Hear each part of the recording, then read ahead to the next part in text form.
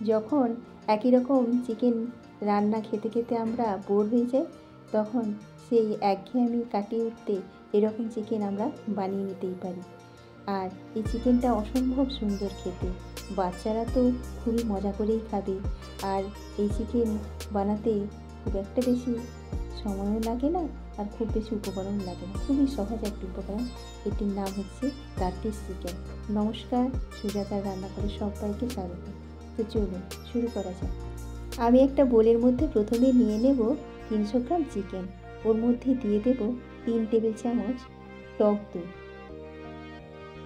আর ওতে দিয়ে দেব 2 চামচ টমেটো পিউরি, আর দেব 2 চামচ পেঁয়াজ বাটা, 1 চামচ রসুন বাটা, আর দেব 1 চামচ আদা বাটা, আর দিয়ে দেব 1 চামচ ধনেপাতা বাটা, আর দেব হাফ চামচ জিরে গুঁড়ো, হাফ চামচ ধনে গুঁড়ো এবং পরিমাণ মতো নুন, আর হলুদের গুঁড়ো 1 চামচ এবং লঙ্কার গুঁড়ো 1 চামচ দিয়ে খুব ভালোভাবে মাংসটাকে মেখে নিতে হবে। মাংসটা আমি খুব ভালোভাবে মেখে নিয়েছি। এবার কিছুক্ষণ আমি ঢাকা দিয়ে রেখে দেব, আধ ঘন্টার মতো ঢাকা দিয়ে রাখবো। কড়াইতে দিয়ে দেব 3 টেবিল চামচ সাদা তেল। সাদা তেল গরম হয়ে গেলে তারপরে ওর মধ্যেই দিয়ে দেব মেখে রাখা মাংসটা দিয়ে খানিকক্ষণ একটু নাড়াচাড়া করব, তারপরে কিছুক্ষণ ঢাকা দিয়ে রেখে দেব। এইভাবেই কিন্তু আমাদের কিছুক্ষণ ঢাকা দিয়ে রাখতে হবে, আবার নাড়াচাড়া করতে হবে। এইভাবেই কিন্তু মাংসটা রান্না হবে। এতে কিন্তু আর কোনো জল অ্যাড করব না, এই জলই অনেকটাই বেরিয়ে গেছে। এই জলই আস্তে আস্তে করে শুকনো হয়ে যাবে। আমি এখানে হাড় সহ চিকেন নিয়েছি, আপনারা যদি চান বোনলেস চিকেনও নিতে পারেন।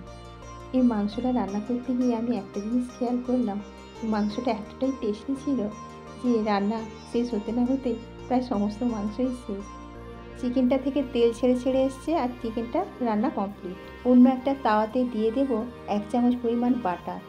বাটারটা একটু গলে গেলে ওর মধ্যে অ্যাড করব 2 চামচ ময়দা।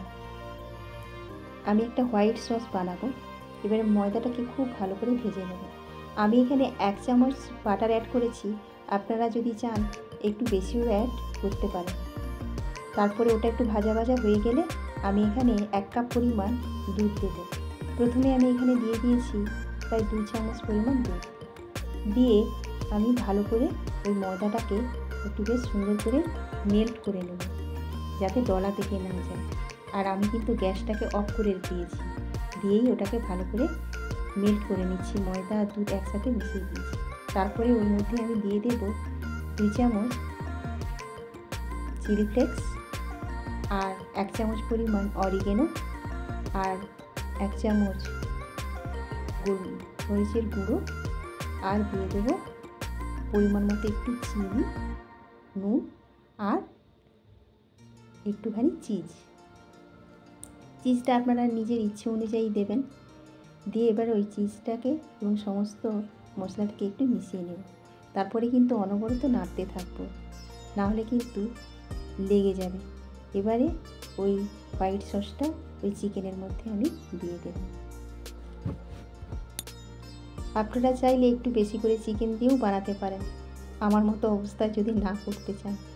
এবারে এই হোয়াইট সসটা পুরো চিকেনের মধ্যে খুব ভালো করে ঢেলে দেব। এবারে ওর মধ্যে দিয়ে দেব চিজটাকে আমি একটু থ্রেশারের মধ্যে কুড়িয়ে দিয়ে দিচ্ছি। আপনারা যে যেমন পছন্দ করেন চিজ, সে অনুযায়ী আপনারা চিজ দেবেন। বেশি খেতে চাইলে বেশি দেবেন, আর কম খেতে চাইলে কম দেবেন। আমি একটু মিডিয়াম সাইজেরই নিয়েছি, খুব বেশিও নিইনি আবার খুব কমও নিইনি।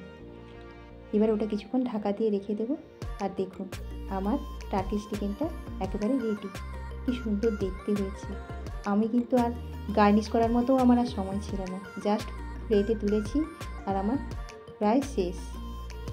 এটা খালি মুখে তো সুন্দর লাগেই, সাথে রুটির সাথেও খুবই ভালো লাগবে, রুটি বা পরোটা। তবে এটা ভাতের সাথে সেরকম একটা ভালো লাগে না, আমি ট্রাই করেও দেখেছি।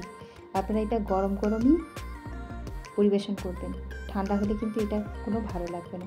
ভালো লাগলে লাইক, কমেন্ট, শেয়ার করবেন, আর আমার চ্যানেলটিকে সাবস্ক্রাইব করবেন। নমস্কার।